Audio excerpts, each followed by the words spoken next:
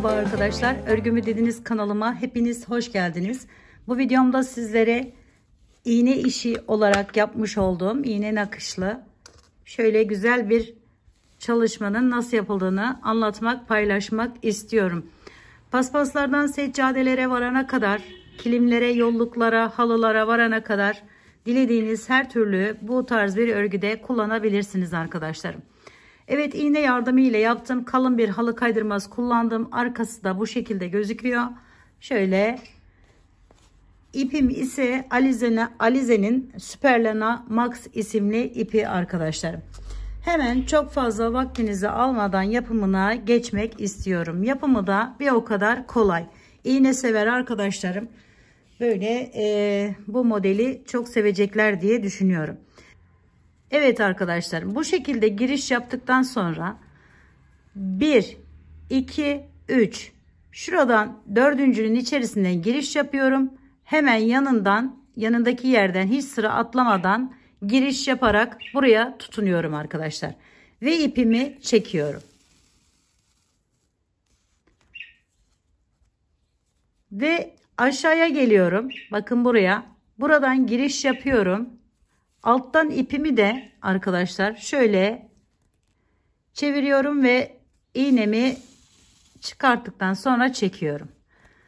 Şimdi böyle iki tane yer yaptık. Hemen 3 yapıyoruz.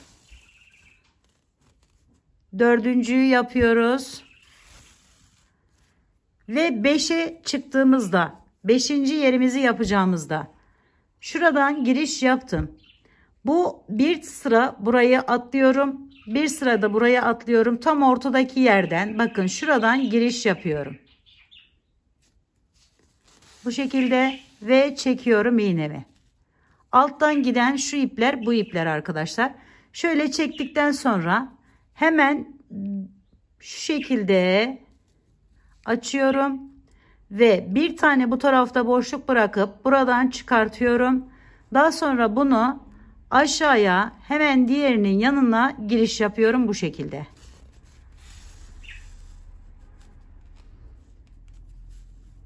Ve çekiyorum. Bakın kelebek gibi böyle bir görüntüsü oluyor. Şimdi yine 5 tane yer yapacağım. Hemen buradan aldım. Yukarıya çıkıyorum. Bir yanından giriş yapıyorum. Bu 1. Aşağıya iniyorum. 2 3 şöyle 4 ve 5.'ye geldiğimizde hemen 5.'nin altındaki yerden bakın bu hizadan giriş yapıyorum ve çekiyorum ipimi. Şimdi ise şu şekilde açıyorum. Şuradan arada bir tane boşluk kalacak arkadaşlar. Şuradan giriş yapıyorum ve alttaki diğer yerimden çıkartıyorum.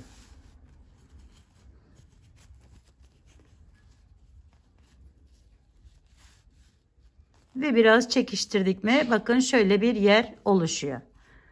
Bir tane daha yapalım. Anlaşılmıştır diye ümit ediyorum. 1 2 3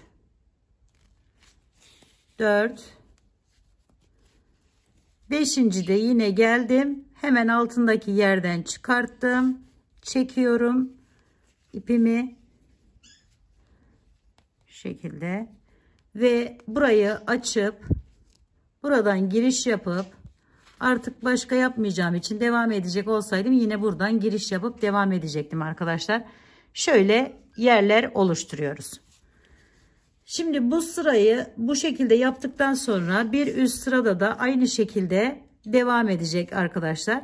Hiçbir değişiklik yapmıyoruz. Aynı şekilde bütün her yeri tamamlıyoruz. Yani halı kaydırmazımızın üzerine tamamlıyoruz bu şekilde. Bir üst sırası da aynı dediğim gibi bakın. Beyaz yeri de arkadaşlarım şöyle açtım. Bakın arada 3 tane yerim var. Hemen ilkinden şöyle giriş yapıyorum. Çekiyorum. Ve bunu bırakıyorum böyle. Buradan üçüncüden bakın bir arada boşluk atlıyorum. Üçüncüden giriş yapıyorum. Altta da bu arada bakın diğer ipimi alta aldım. Diğer araya geçiş yapıp şuraya hemen buradan çıkartıyorum. Bu şekilde. Daha sonra bakın bu üçlüm burada. Hemen alta giriş yapıyorum. Bir yana geçiyorum. Ve buradan çıkartıyorum. Sonra da buraya aynı işlemi uyguluyoruz. Devam ediyor olsaydık buradan devam edecektik. Bu şekilde. Ara kısımları da böyle tamamlıyoruz arkadaşlarım. Şimdi buradan tekrar 1, 2, 3. Üçüncüden giriş yapıyorum. Burayı kenar olarak düşünün. Kenarı bu şekilde olacak diğer tarafta.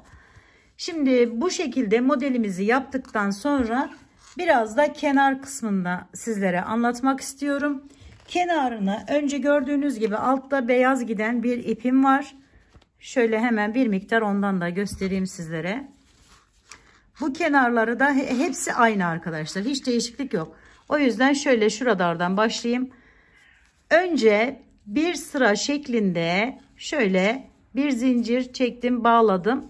Sonra şu şekilde gevşek gevşek bir zincir çekiyoruz bu arayı tamamlamak için. Buraya bu sık iğneleri ile çeviriyorum arkadaşlar.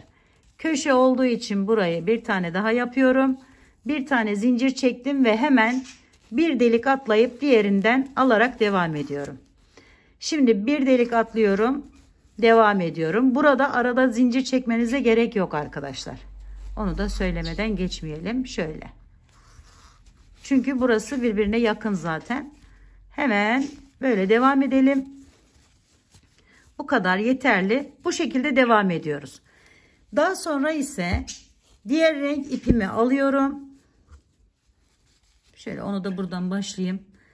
Ve bununla arkadaşlar şu boşluktan giriş yaptım. Artık nereden başladıysanız oradan giriş yapıyorsunuz. Ve şöyle bir tane yaptıktan sonra arada boş bıraktığımız deliğe giriş yapıyoruz. Ters sık iğne ile buraya bağlıyoruz. Boş yerden bakın giriş yapıp bu aradaki boşlukları o yüzden bırakmış olduk arkadaşlar. Şöyle. Bu da bunun içerisine doğru girdiği için böyle güzel bir görüntü ortaya çıkıyor arkadaşlarım. Burayı kenar kısımlarını dilediğiniz her türde yapabilirsiniz. Ayrıca onu da her videomda olduğu gibi bu videomda da söylemeden geçmek istemiyorum.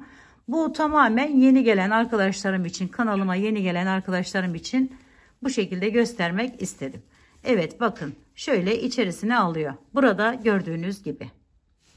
Evet, bu videomda da sizlere bu güzel iğne çalışması, iğne nakışlı paspas modelinin nasıl yapıldığını anlatmak ve paylaşmak istedim. Umarım sevmiş ve beğenmişsinizdir. Yapacak olanlara şimdiden kolaylıklar diliyorum.